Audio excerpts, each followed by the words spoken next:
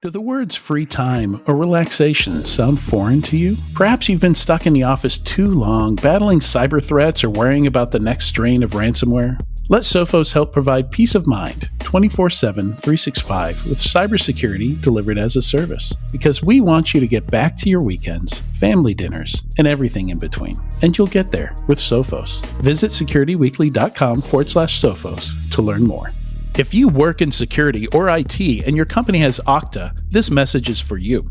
Imagine a world where only secure devices can access your cloud apps. In this world, phish credentials are useless to attackers, and you can manage every OS, even Linux, from a single dashboard. Best of all, you can get employees to fix their own device security issues without creating more work for IT.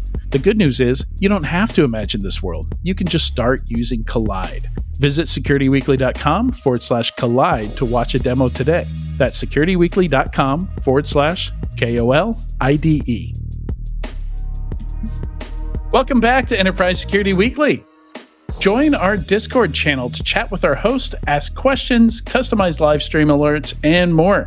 Visit securityweekly.com/Discord to receive an invite. Also, if you go to any place where we're streaming live and you type in comments like in YouTube or Twitch, we will also see that in our Discord. And the things we type in our Discord, you will also see back on Twitch and YouTube and all those other places.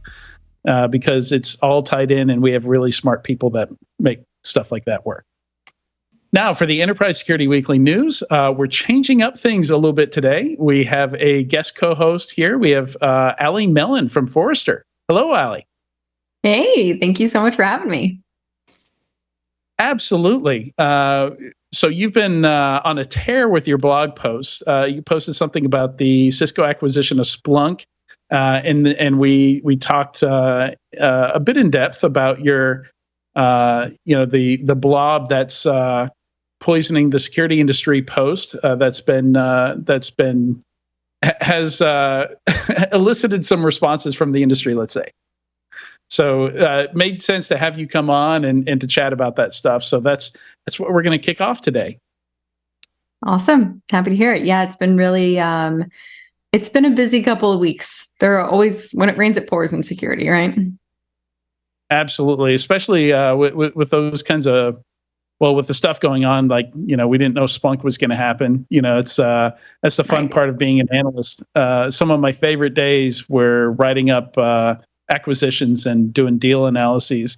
Like I remember one year where on September 1st, there were 3 major acquisitions announced on one day, and it was a Monday.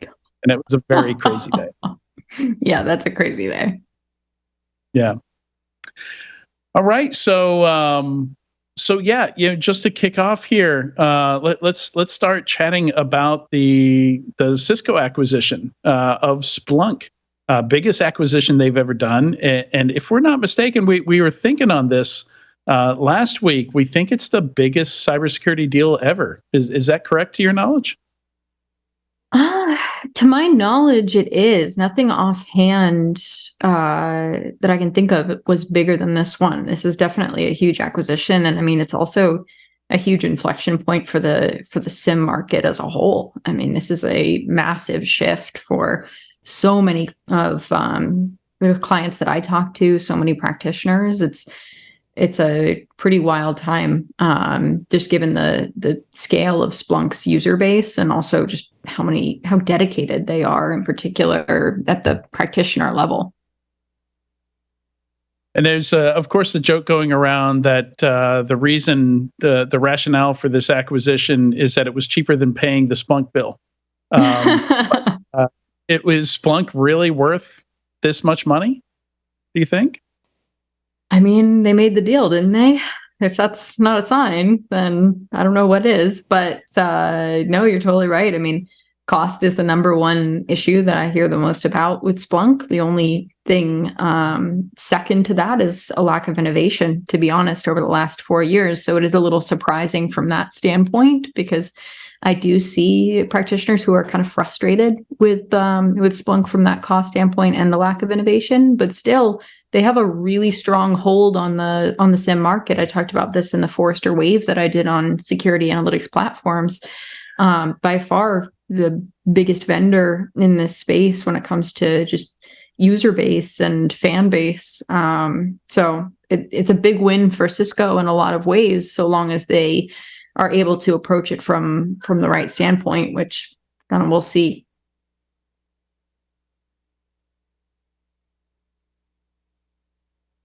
Oh, Tyler, any?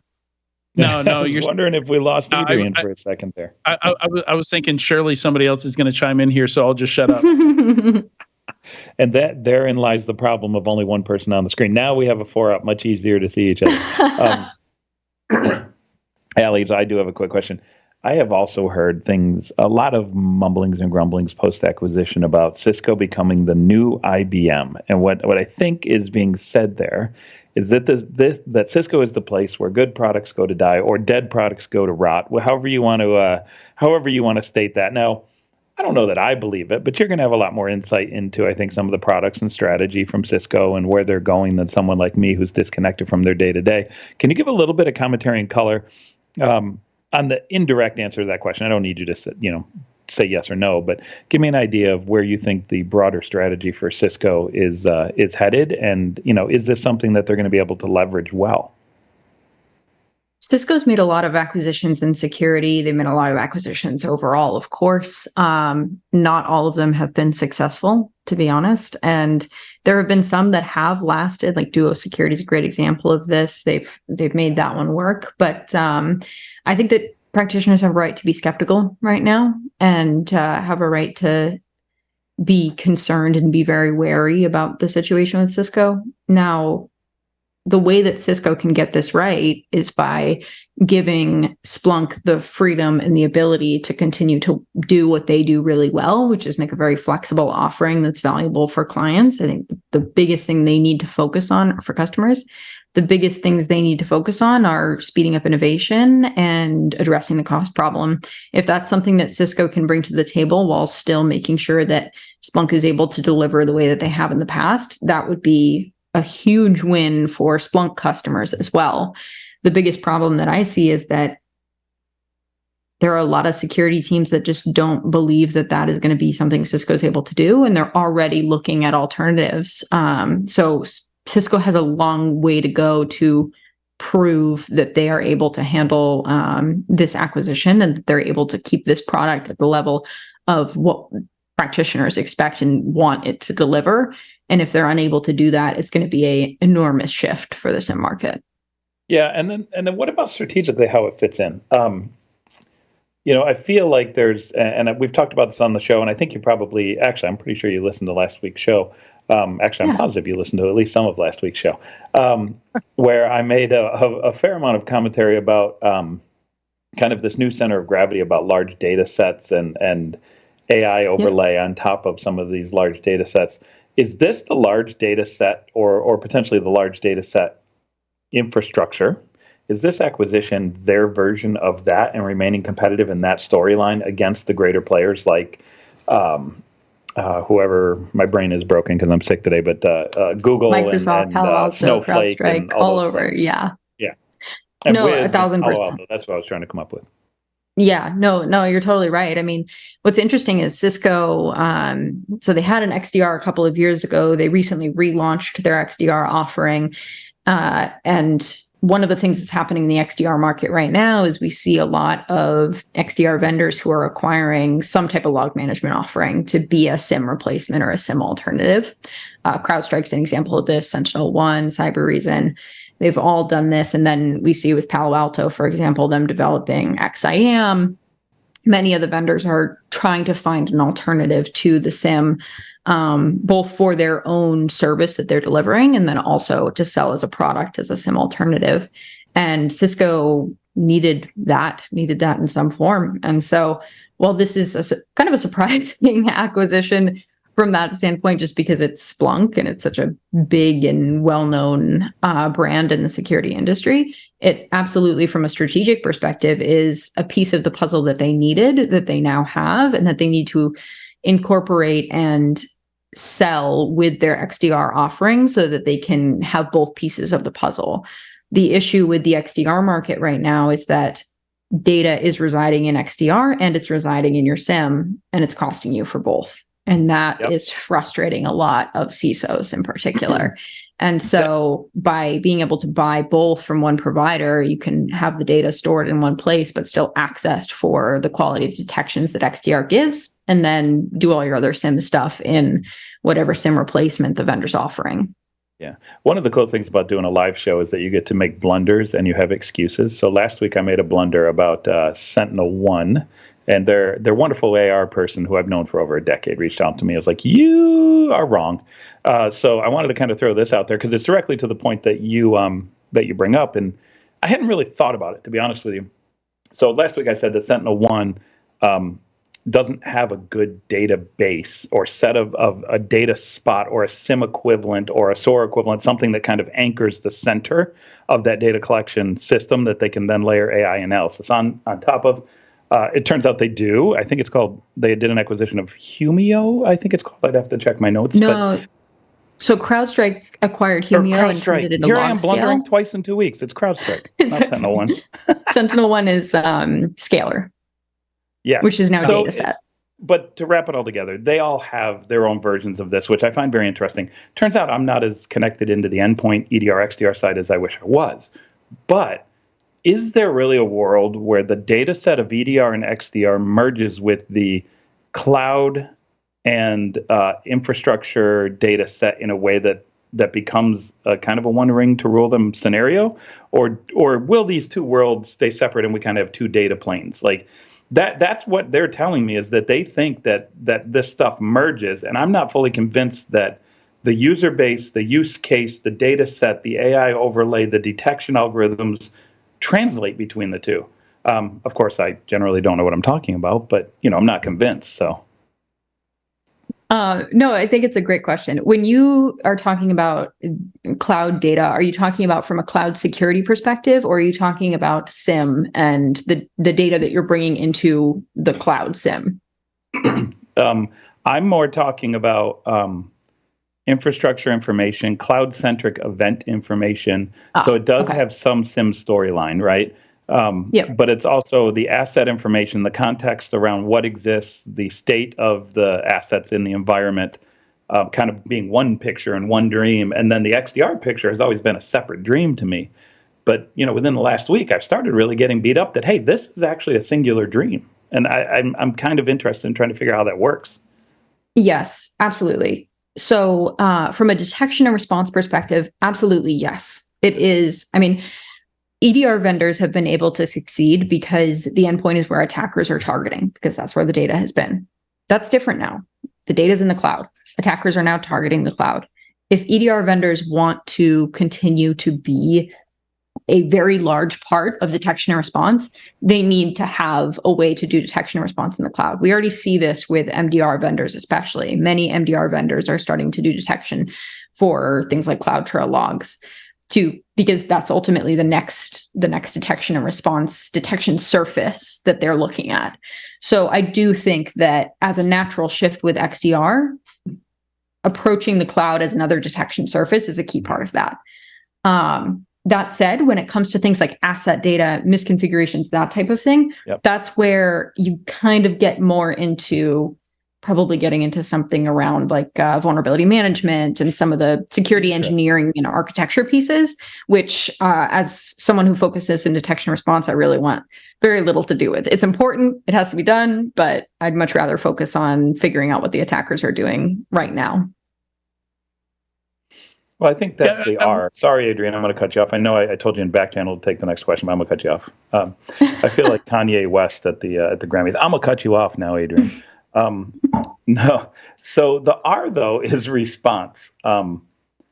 Doesn't that context, that infrastructure context, speed up response, right? Because if you think about a response profile and a response process or workflow, event comes in, mapped to a vuln, whatever, vuln discovered, event comes in, however you want to look at it.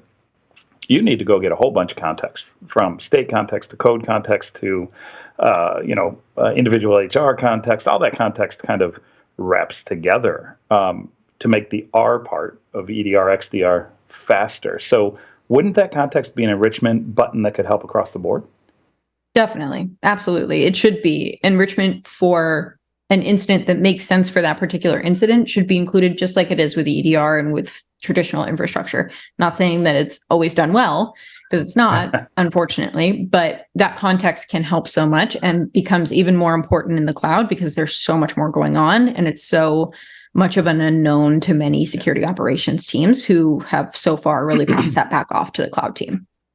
Gotcha. But right, I want to say that like that doesn't mean that the XDR provider should be the one that's gathering that data, that owns that product. You know, this is the same thing. This is why we have like a separate VRM tool, even though many don't want to, is because ultimately there are different specializations and you can't necessarily have your detection and response vendor knowing everything that there is to know about vulnerability management. So there is an important separation of duties here and separation of users that are using the actual tools. But from an enrichment perspective, for sure, anything to help out the analyst experience is really pivotal.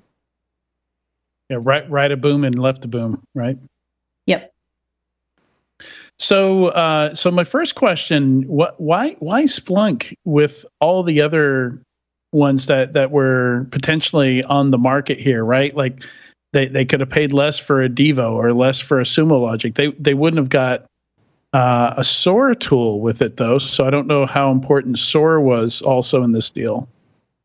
But why? Yeah. You know, why not? You know, a separate. You know, why not? What is the one that everybody's nuts about now? Why not Tines plus Sumo Logic or something like that? I would suspect it's likely around completeness of offering and what they're able to provide from that standpoint. They're not going to have to catch up to the rest of the SIEM market. They will be ahead of most of the SIEM market, which is not going to be the case if you go with any other vendor, unless they were to come along and buy Microsoft, right? So ultimately, like there are limited options for them in the SIEM market that have the breadth and depth of capabilities that Splunk is able to deliver because of how long it's been in the market, because the community around it, they get a lot when they're getting Splunk. They get the user base. The community is a huge part of that I think is the biggest advantage that Splunk has had. And beyond that, they also get a lot of really strong talent. I mean, I was talking about this the other day. They just hired pretty recently a new CTO, Min Wang, who worked on Google's AI assistant for 5 years before coming over to Splunk. She's brilliant and will be very beneficial for them on the generative AI front, which is something that they stressed throughout the press release for the announcement of the intent to acquire. Right. Yeah, and I imagine you're talking about the customer base. I imagine Splunk's revenue is quite a bit larger than a Tines plus a Sumo Logic would have been, so no kidding. They're getting a moneymaker also. Yeah, no doubt. No doubt. So they get the moneymaker, they get the industry leader, but as the industry leader and one of the oldest SIEMs on the market, there are also these legacy problems that everybody talks about, and users 100% feel locked into Splunk because of, myriad reasons, right? Just moving off of SIEM is not, piece of cake. So do they also risk sort of this complacency because they're buying the so-called market leader and they don't really have to push innovation because of that? Or does this give them the opportunity? Because you've got some of those smaller players who may be more innovative, don't necessarily have all the capabilities yet, but don't have the legacy problems. So there are pros and cons to this. The worst thing that happens when a company buys another company, especially a big player, is that they don't start pushing boundaries. That technology goes somewhere to die. And then you've got thousands and thousands and thousands of customers out there using this technology that's really ineffective, but they can't easily get out of. Oh, there are definite pros and cons to this situation. I'd say that most of the pros are coming up Cisco here. Most of the cons are potentially coming up for customers of Splunk. That's my big concern. And that's why, could they become complacent with this acquisition? Absolutely. It would be very reflective of some of their history around acquisitions. that is the thing that they are going to need to avoid doing if they want to keep the user base that Splunk has, is to make sure that they are promoting innovation and make sure that they're pushing the product forward, which requires a ton of investment. It is not something that even if you just let it sit on its own, it would be able to manage. They need to take a very different approach here and also let Splunk continue to be Splunk if it's going to succeed. And beyond that, they can't just stop there. They also need to make the case for why customers should even stay, because most of the clients that I've been talking to they've been trying to look at alternatives to Splunk for a long time because of the cost. And this acquisition has given them the kick in the pants to say, okay, let's actually start looking seriously at some of these alternatives, because we know Cisco as a hardware company. We don't really know or trust them as a software/security company. What are some of I don't want to ask you about specific companies because I know that's not what you do, but what are some of the capabilities? What are some of the innovations that you're finding that customers are asking about, that they're really looking for when it comes to, because it's not just SIM anymore. There's this whole ecosystem, you focus very, very heavily on XDR, and that's an adjacent area. It's not this standalone, we have the SIM, we're running a great program now. So what are people asking about? What are they interested? Obviously, generative AI is becoming part of it. Yeah, so my focus isn't just XDR. I actually focus on security operations holistically, which includes people, process, and technology. From a technology perspective, it's XDR, it's also EDR, it's SIM, it's SOAR, and it's security analytics. I've done waves on EDR, XDR, and security analytics platforms, which is, for Forrester and Forrester's definition, the combination of SIM, SOAR, threat intelligence platforms, and UBA, user behavior analytics. So very familiar with the SIM market and will continue to be for the foreseeable future. The biggest things that came out of the wave evaluation that I did on security analytics platforms, which of course included Splunk, among others, including Sumo Logic, Devo, all of that. Hello, what are you doing, Kat? Say hello to Luca. Hello. The biggest thing that came out of that evaluation was this comment that ringed very true to me at the time and still does, which is every single customer reference I interviewed, and I typically interview 4 to 5 per vendor as part of the evaluation. Every single one, when I hopped on the call, they said, it's like any other SIM. You got to put in a lot of work to get value out of it. Did not matter which SIM they were talking about, did not matter what type of company they were talking about, same problem every time. And so when I talk to clients about what they're looking for from their SIM, they're looking for something that takes less work. That is ultimately what they're looking for. And that comes from multiple angles. It comes from the analyst experience angle, as far as what is actually done in the offering to speed up detection, investigation, and response, and to do that holistically from both the SOAR side and the detection piece. It also comes from the standpoint of, are my log collectors working? Are my integrations for SOAR working? Do I have all of the integrations that I need? Because that's another big piece of this that's often missing. Or they just don't know and don't get alerts when a particular log collector or integration isn't working, which is even worse because you don't know what you don't know. There's also the aspect of this around detection, which takes a lot of work to tune, takes a lot of continuous work to build new detections. How can we make that more effective and reduce the amount of work that teams have to do there as well?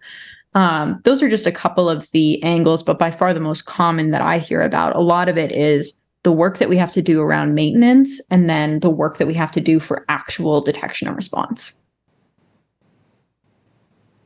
It's amazing how little things change. Back in 2004, when I first bought a SIM, we had 4 different companies compete and do a proof of concept. Each one had a week to do their proof of concept, and the one we ended up buying was the only one that they were able to get working within that week time frame that week. Oh my God.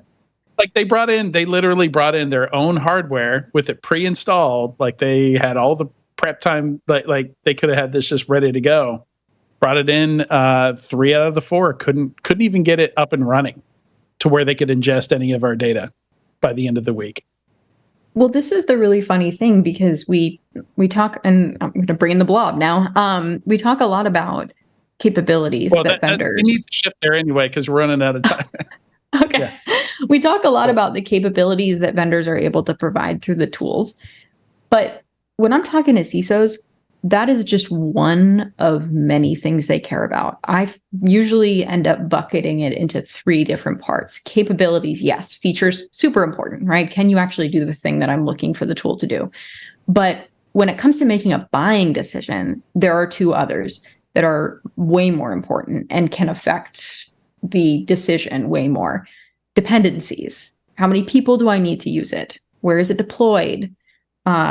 How easy is it to use? What do I need to do to get it working? And then lastly, time to value. How fast can I get it up and running? Do I need this today, or do I need this next week or next month? What does my timeline look like?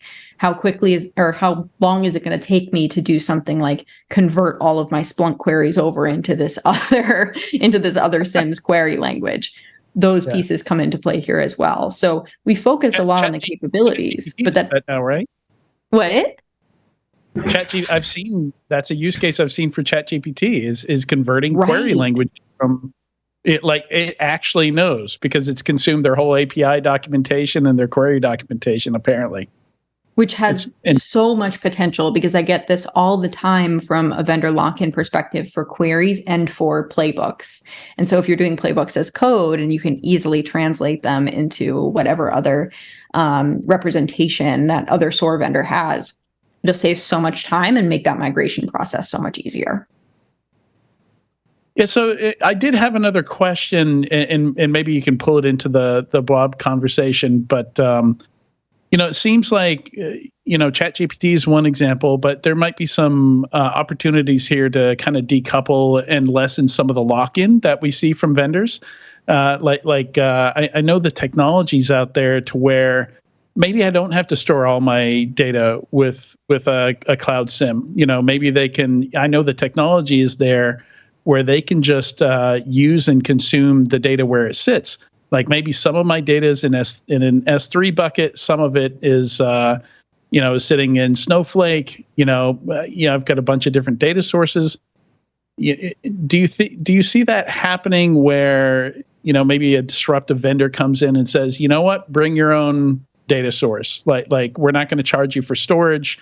We're just going to provide the analytical engine, and your data can live wherever. And you find cheaper storage, great. Use that cheaper storage. Like it might impact some of the performance, but at least it lessens some of that lock-in, right? Oh yeah, you are right on with this. That is such a great question. Vendors like having to ingest all the data because they can charge for all the data, right? They like having it in one place. It's an easier architectural problem. It's an easier technical problem, but CISOs don't love that. They don't want to be moving all this data around, especially when they're in a multi-cloud world, which is the reality for most security teams, most enterprises generally. Things like federated search or even just the federated access of that data within other data stores is gaining in popularity. We see this already with a number of MDR providers. I usually look to services providers to see where the product is going to go next and where the product equivalent is going to go next. And there are a lot of security teams that are interested in taking that approach of, can I keep the data where it resides and just access it for detection and response as needed? For most vendors, they're in earlier stages of this. Like you can, if it's different instances of their own offering, you can access it. Some are further along than others. If it's a completely different third-party product or data store, then they can access it as well.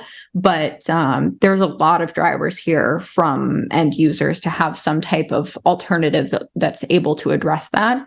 Just like you mentioned, there are some performance issues. It's pretty technically challenging to get that to work as quickly as you can if you're just ingesting all of the data and then going from there. But at the same time, you have some delays on ingest anyway. So it's 6 of one, half dozen the other in many ways. Yeah, agreed. Yeah, did you see Ross Halleluk's post on LinkedIn the other day talking about the future of analysts? I don't think so.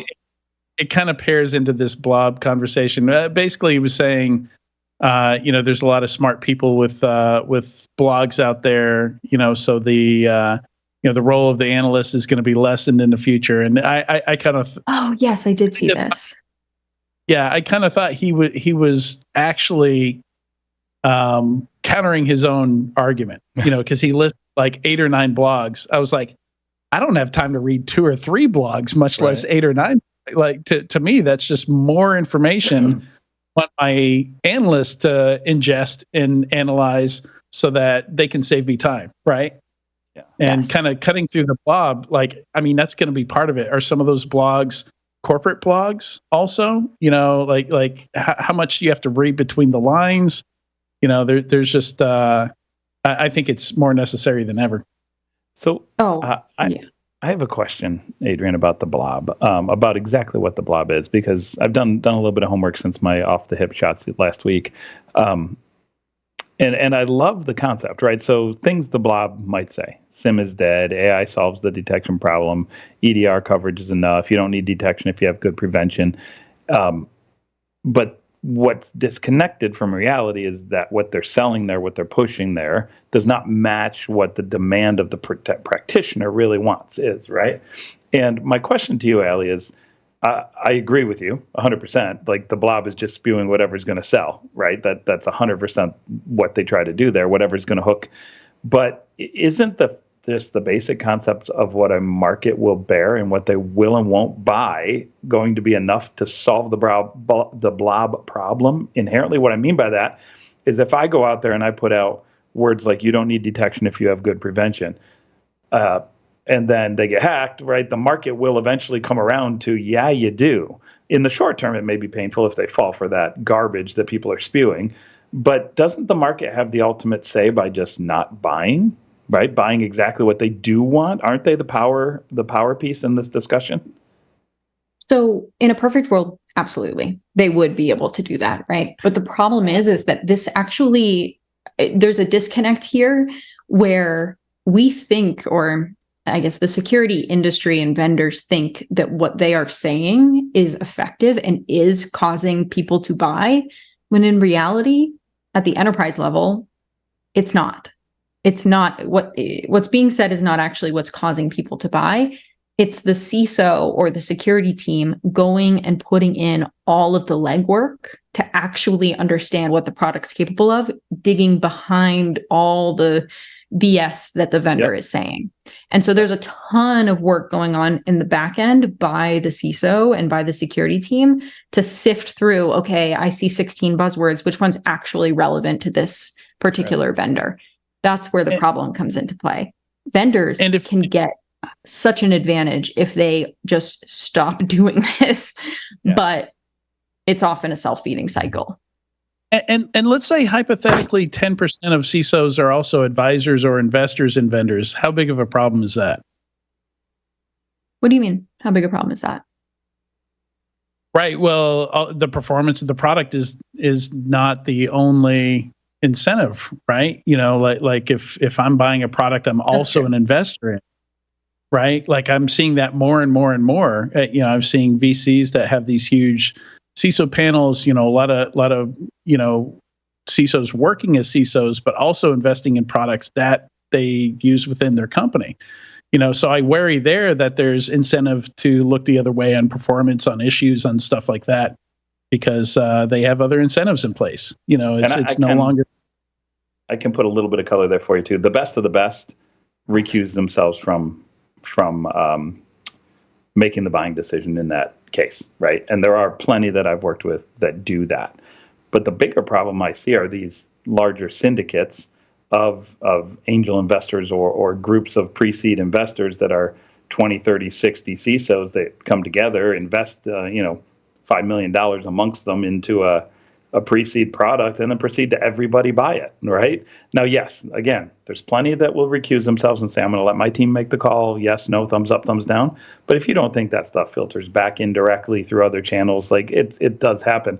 And that I think is also a Blob problem. Okay. Yeah, that's why I brought it up. Yeah. No, I totally agree. And I think that it's interesting that you mentioned that, because that's something that comes up in my conversations with CISOs a lot is, where can I actually talk to someone who uses this product? Because they'll introduce me to a CISO who is one of their customers, and it's just somebody who's on their advisory board or somebody who's invested in them, and they're just saying all the nice things about the product. So it is a self-inflicted wound to a certain extent when you have CISOs who are continuing to push that same message, even when it's not accurate and they know it's not accurate. Yeah. Yep.